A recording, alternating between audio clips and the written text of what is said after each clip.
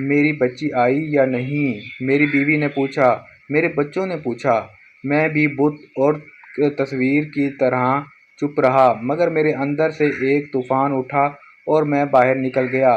میں سارا دن گھومتا پھرتا رہا۔ شام کے وقت میں نے ایک خنجر خریدا اور دریا کے کنارے ٹہلتا رہا۔ رات اندھیری ہو گئی اور بہت دیر بعد میں ایک طرف چل پڑا۔ مجھے اس محل کے اندر اور میری بہن قید تھی۔ وہ بہت تیز چل پڑا اور اس محل کے پچھلے دروازے چلا گیا۔ میں اتنا چالاک اور ہوشیار نہیں تھا، لیکن میرے اندر چالاکی آ گئی تھی۔ میں پچھلے دروازے سے اندر چلا گیا۔ محل کے کسی کمرے میں شور شرابہ تھا، کچھ لوگ شراب پی رہے تھے۔ میں ایک کمرے میں داخل ہوا اور ایک نوکر کو روکا۔ میں نے خنجر اس کے سینے پر رکھ دیا اور بہن کا نام پوچھا۔ وہ کہاں ہے؟ نوکر مجھے اندر کی سیڑھیوں پر اوپر لے گیا اور ایک کمرے میں داخل کر کے کہا کہ یہاں ہے۔ میں اندر گیا تو میرے پیچھے دروازہ بند ہو گیا۔ کمرہ خالی تھا۔ دروازہ کھلا اور بہت سے لوگ اندر آ گئے۔ اس کے پاس تلواریں اور ڈنڈے تھے۔ میں نے کمرے کی چیزیں اٹھائی اور ان پر پھینکنی شروع کر دیں۔ بہت توڑ پھوڑ کی۔ انہوں نے مجھے پکڑ لیا، مجھے مارا پیٹا اور میں بے ہوش ہو گیا۔ ہوش میں آیا تو میں ہتھ کڑیوں اور بیڑیوں میں جکڑا ہوا تھا۔ میرے خلاف الزام یہ تھا کہ میں نے ڈاکہ بادشاہ کے دربار میں گھر کیا اور میں آدمیوں کو قتل کر کے زخمی کیا۔ میری فریاد کسی نے نہ سنی اور مجھے 30 سال قید سزا سنا دی گئی اور جیل خانے میں بند کر دیا گیا۔ ابھی 5 سال پورے ہوئے ہیں۔ میں انسان نہیں رہا۔ تم قید خانے کی سختیاں نہیں جانتے۔ دن کے وقت مویشیوں جیسا کام لیتے ہیں اور رات کو کتوں کی طرح زنجیر ڈال کر کوٹھڑیوں میں بند کر دیتے ہیں۔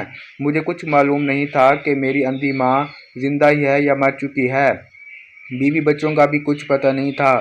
مجھے خطرناک ڈاکو سمجھ کر کسی سے ملنے نہیں دیا جاتا تھا۔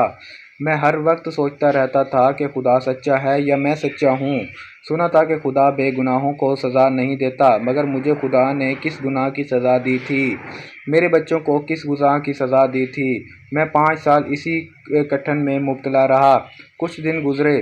فوج کے 2 افسر قید خانے میں آئے۔ وہ اس کام کے لیے جس کے لیے ہم آئے ہوئے ہیں آدمی تلاش کر رہے تھے۔ میں اپنے آپ کو پیش نہیں کرنا چاہتا تھا کیونکہ یہ بادشاہوں کی لڑائی جھگڑے تھے۔ مجھے کسی بادشاہ کے ساتھ دلچسپی نہیں تھی، لیکن میں نے تب تک تاکہ ایک عیسائی لڑکیوں کو مسلمانوں کی قید سے آزاد کرانا ہے تو میرے دل میں اپنی بہن کا خیال آیا۔ ہمیں بتایا گیا تھا کہ مسلمان قابل نفرت قوم ہے۔ میں نے یہ ارادہ کیا کہ میں عیسائی لڑکیوں کو مسلمانوں کو قید سے آزاد کراؤں گا تو خدا اگر سچا ہے تو میری بہن کو اس ظالم عیسائی کی پنجے سے چھڑا لائے گا۔ پھر فوجی افسروں نے کہا کہ ایک مسلمان بادشاہ کو قتل کرنا ہے تو میں نے اسے جزا کا کام سمجھا اور اپنے آپ کو پیش کر دیا، مگر شرط یہ رکھی کہ مجھے اتنی رقم دی جائے کہ میں اپنے گھر والوں کو دے سکوں۔ انہوں نے رقم دینے کا وعدہ کیا اور یہ بھی کہا کہ اگر تم سمندر پار مارے جاؤ گے تو تمہارے کنبے کو اتنی زیادہ رقم دی جائے گی کہ وہ ساری عمر کے لیے وہ کسی کے محتاج نہیں رہیں گے۔ اس نے اپنے ساتھیوں کی طرف اشارہ کر کے کہا، یہ 2 میرے ساتھ قید خانے میں ہیں۔ انہوں نے بھی اپنے آپ کو پیش کر دیا۔ ہم سے سینکڑوں باتیں پوچھی گئیں۔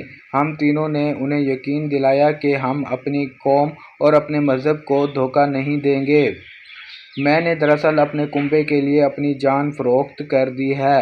قید خانے سے نکالنے سے پہلے یہ پادری نے ہمیں بتایا کہ مسلمانوں کا قتل عام تم گناہ بخشوا دیتا ہے۔ عیسائی لڑکیوں کو مسلمانوں کی قید سے آزاد کراؤ تو سیدھے جنت میں جاؤ گے۔ میں نے پادری سے پوچھا کہ خدا کہاں ہے؟ اس نے کچھ جواب دیا جس سے میری تسلی نہ ہوئی۔ میں نے صلیب پر ہاتھ رکھ کر حلف اٹھایا۔ ہمیں باہر نکالا گیا تو میرے گھر لے گئے۔ میرے گھر والوں کو انہوں نے بہت سی رقم دی۔ میں مطمئن ہو گیا۔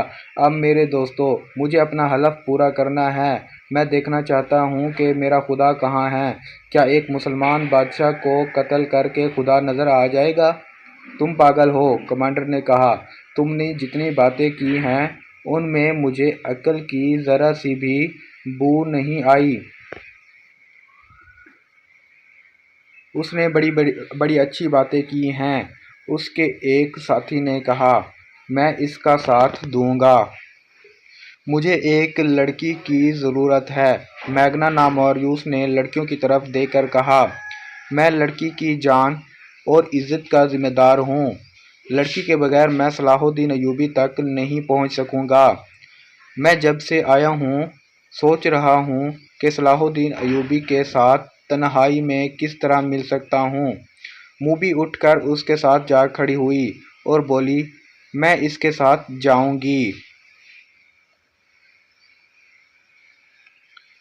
ہم تمہیں بڑی مشکل سے آزاد کرا کے لائے ہیں۔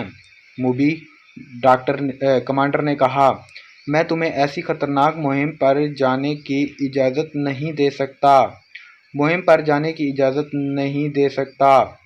صلاح الدین ایوبی کو محسوس تک نہ ہوگا کہ وہ اپنی زندگی میں آخری لڑکی دیکھ رہا ہے۔ اگلی قسط دیکھنے کے لیے ہمارا چینل سبسکرائب کر لیں اور اگلی ویڈیو میں اگلی قسط دیکھیں۔ شکریہ۔